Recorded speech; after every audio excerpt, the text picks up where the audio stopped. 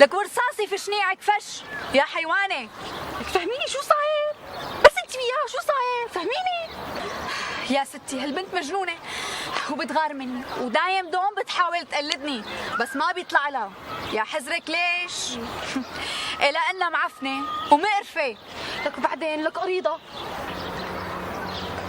والله يا أميمة ماني عرفانة من وين بدي بلش.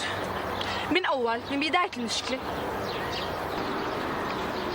يا ستي بدي أقول لك هاي الفلتانة اللي بدي معسها تحت رجلي تمعيس وبدي اكسر لها هذا انفه اللي رافعته هيك لفوق مثل عرف الديك. بتعرفي كم عملية تجميل عاملة لأنفها؟ شي 15 عملية. لو بتعرفي شو كمان عاملة؟ نفخة خدودها وشفايفها بصراحة وعاملة بوتوكس، يعني كلها من فوق لتحت كلها نفخ بنفخ. طيب يا نسي طيب ايه بليكي بلاية شو بتحب القرو اللعي؟ تحكي والله بطرشك كفي خلي اسنانك يهروا وراكي مسيرة.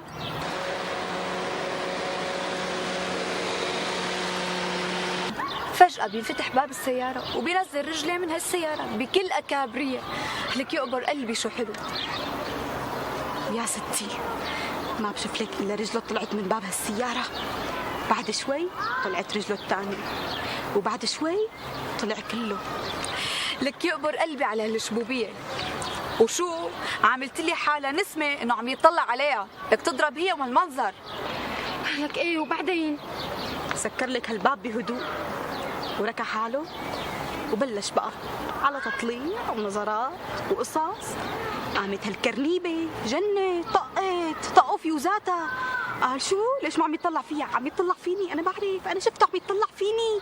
لك شو عم بتقولي يا غيورة يا حسودة؟ لك انت ما تبطلي العادة الوسخة.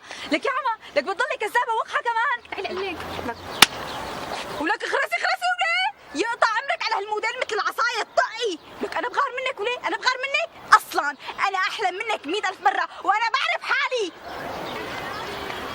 انا شليمونة مطعوجة طنجرة حفاتي. لك ما شفتيها شو عم تحكي؟ لك اصلا انا بعرف انك بتغاري مني ومن جمالي الساحر. يا ساحرة يا شنطاء. ايه شو ما بدك قولي، بس انت بتعرفي انه هذا الشاب يقبر قلبي، ان شاء الله يقبر قلبي. كان عم يطلع علي انا وانت غرتي وجنيتي. انت بتعرفي انه عم يطلع علي بوضوح بوضوح ما قال بوضوح.